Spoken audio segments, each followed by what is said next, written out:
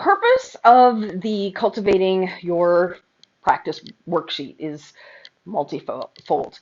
On the side that has the same direction, then the wall, and then the opposite direction, it is meant as an assessment of your skill set.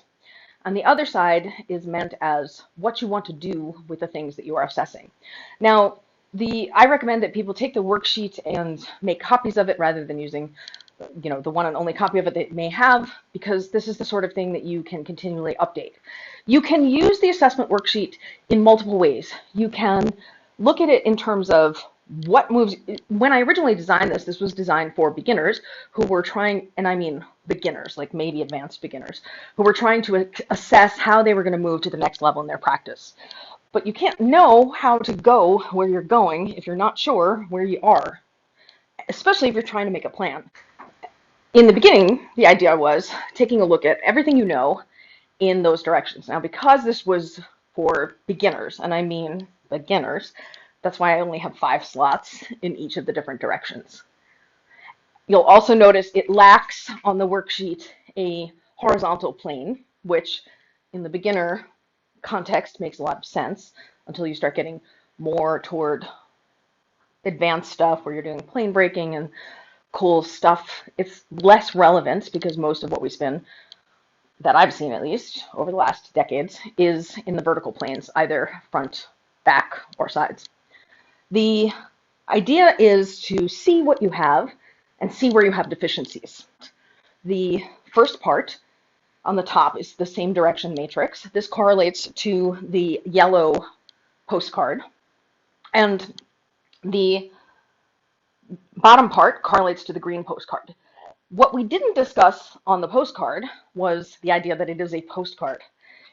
If you take the 2 images, the yellow one and the green one, and you collapse them on top of each other and you fold them in where it says the wall on both of them, you can imagine that the wall is the way you flip from one side of the card to the other side of the card, or on the worksheet, how you go from the same direction matrix to the opposite direction matrix. I consider it the wall. It's just a metaphor. It's not, it's there is no wall. So the wall is the way. It is the thing that blocks you from being. It's the thing that separates the two. On the one hand, you could look at the wall as it's just a boundary. These are same direction things. These are opposite direction things.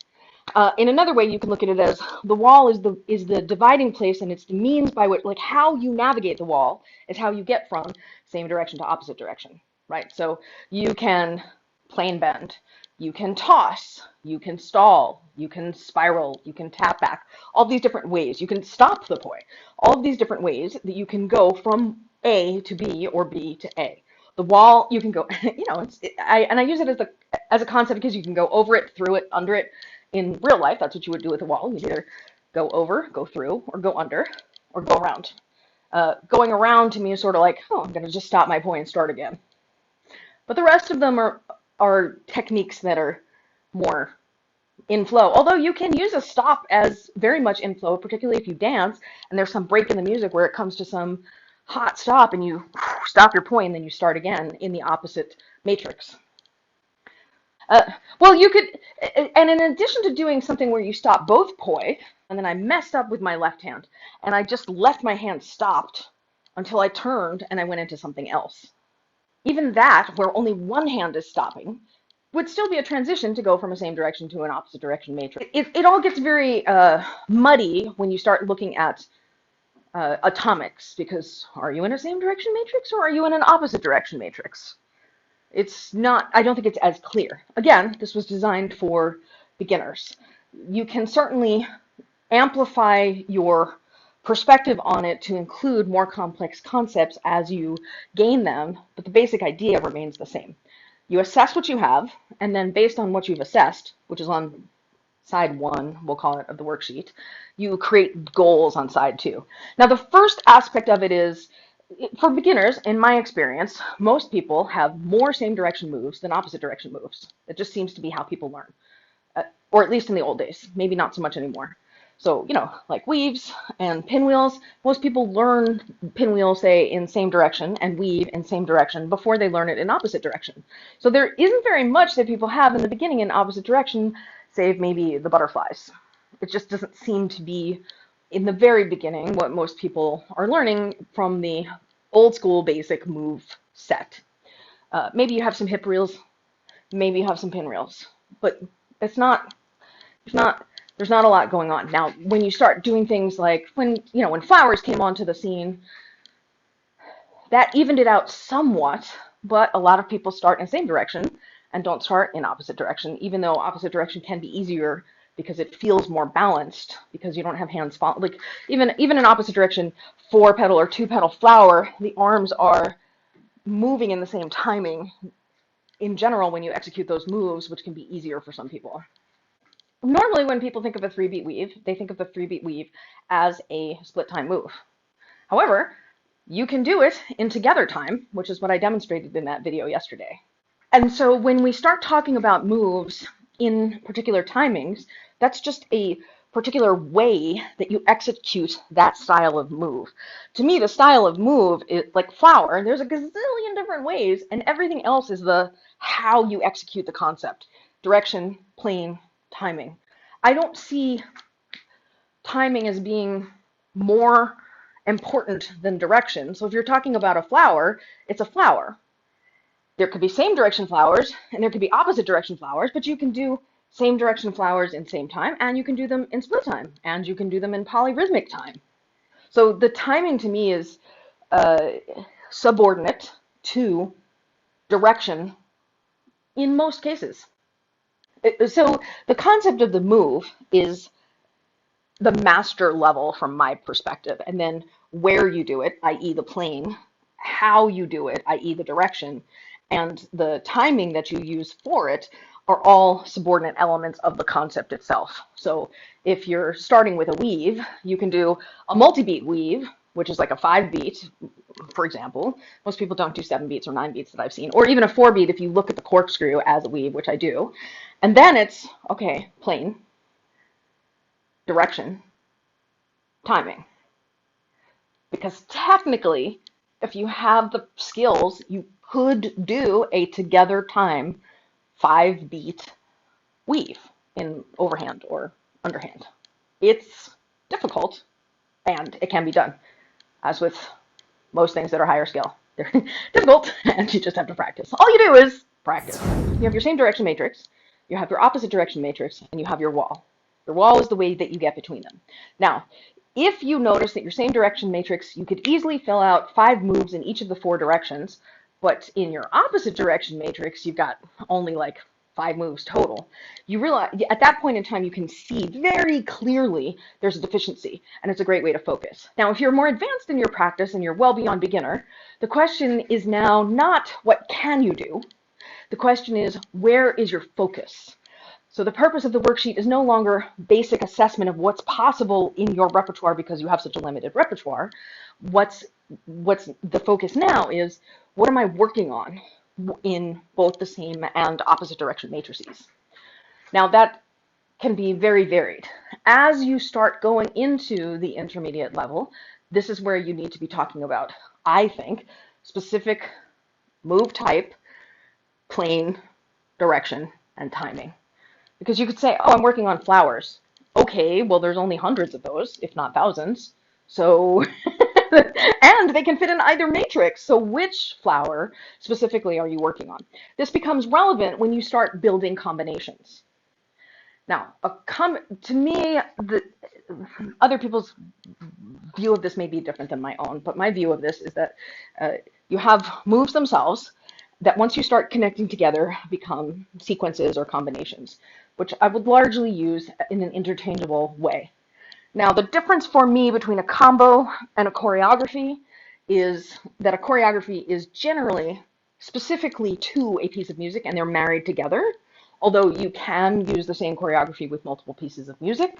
Generally, if you're really trying to articulate a song expressively, you want to have specific movements match the beat of the song, and that particular marriage to me is the difference between a choreography and a combo. A combo to me, or a sequence, is a set of moves that fit together. The expression of them, the timing, and the order, that is when it becomes a choreography, because it's matched to, oh, this is at 2 minutes and 42 seconds into the music when it does blah, blah, blah in the music. And that's intentional so that you are maximizing the visual impact of the auditory experience. That to me is the difference between the choreography and a combo/sequence. Once you fill out your worksheet to figure out what you're actually focused on, then there is the elements of the focus in terms of how you're focusing on it.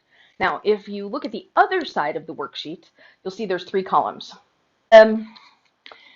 When I think of what you're working on, there's 3 discrete elements that can be combined together, and they are all unique individual things. First, there is the skill itself, so it's the actual execution. In looking at this worksheet, you can see my bias. The first column is play, and the play for me has always been the expression of it in flow, being able to move between the moves. So it's being able to connect the moves together. Whereas the practice is the execution of the move and being able to do it. You can see my bias that I want to be able to move between the moves more than I want to be focusing on new moves by the fact that I put that first in the worksheet. And then the performance is applying things like the 7-layer dip, being able to express it, being able to have musicality with it, being able to have height changes and have speed changes and be able to be in motion with it or jump over it or things like that. So all 3 of those things are different aspects. At the base of them, you need to have the skill. That is the practice. You need to grind, you need to get the skill to a certain level before you can actually express it in a flow, because if you don't know the move well enough, you can't connect it to other moves. So you can't really play with it until you have practiced it enough to get it. And you may not be able to really perform with it and have much expression with it until you've gotten it to a certain level. That said, for my part, I believe very strongly engaging with the performance aspect of it where you're practicing expressing it. And I do think of this systematically in terms of the 7-layer dip. The height, the size, the speed, the motion, the dramatic presence, all of that. I think once you apply that, which you can do while you're learning the technique, you will have more style. Thus, if you learn the technique with performance in mind, oh, how would I want to express this technique? Which is tough until you get to a certain point of at least having the technique at a gross level. If you do that, you can actually stylize your movements earlier in your engagement, and as a result, have more performance style when you start connecting it in flow, because you've already stylized it in your performance expression while you were in the grind of just practicing learning it. Now it's a high level game to choose to play. Oh yeah, let me think about how do I want to actually express that. You may not know, so it's a big ask. And that said, you can start playing with it anyway. Even if you don't know what the expression looks like, playing with how that is by exploring the 7-layer dips. And that was the purpose of the 7-layer dip. You have a systematic way of approaching how to consider expression of the move through those 7 layers. And you can start considering each of those things while grinding, so that later, when you're playing with it and connecting it to other moves, you suddenly have a much higher level of stylized execution. Because, as I like to say, anyone can do the weave, only you will do the weave like you, based on how you have chosen to perform it and stylize it. And I think, to me, that's where artistry arises, is when you're stylizing it. It's not in the iterative execution of the move, it's in the stylization and the way that it's an expression of you, yourself, and your energy.